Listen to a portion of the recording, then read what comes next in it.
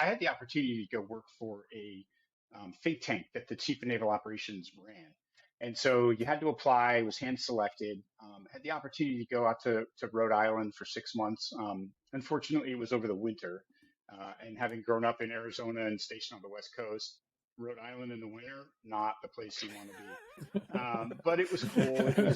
It was an opportunity to just, go and experience new things, talk to new people. It was one of those organizations that, you show up and the admiral that's in charge says, "Hey, if you want to talk to anybody in the world, let us know and we'll make that connection."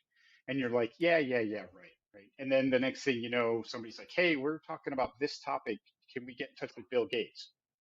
Pick up the phone, and the next thing Cool.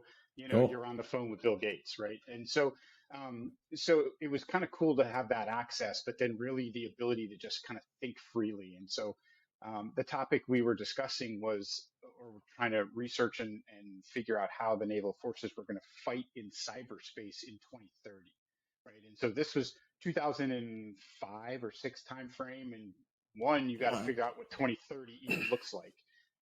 The Yeah. term cyberspace wasn't really defined, particularly in military circles at the time.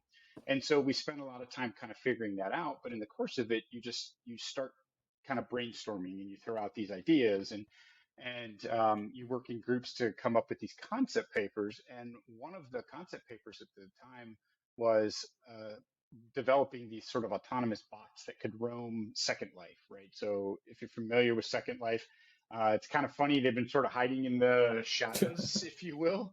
All this sort of metaverse, they're kind of like the kid in the back going, yeah, like I've kind of been here for a while. But anyway, they were about the only platform at the time. And so, we were developing these concepts. And one of them was, how do I develop a bot in, for a place like Second Life that could just roam and be autonomous and collect, intel essentially. And so that concept never really went anywhere within the strategic studies group. So I was like, hey, can I take that back to Naval Postgraduate School and use that as the basis of my thesis? So that was what my thesis work was, but it really started about 6 months earlier at that think tank. And then my focus ever since has kind of been on, look, if we can do this to other people, other people could do it to us, right? And so, the offensive piece, the using it for essentially information operations, that's an offensive thing, right? Like that's a military specific kind of function. So I always kind of looked at it and said, okay, well, what's the commercial side or what's the non-military side to this? And that's the protection of users in AR and VR. And so that's kind of where my focus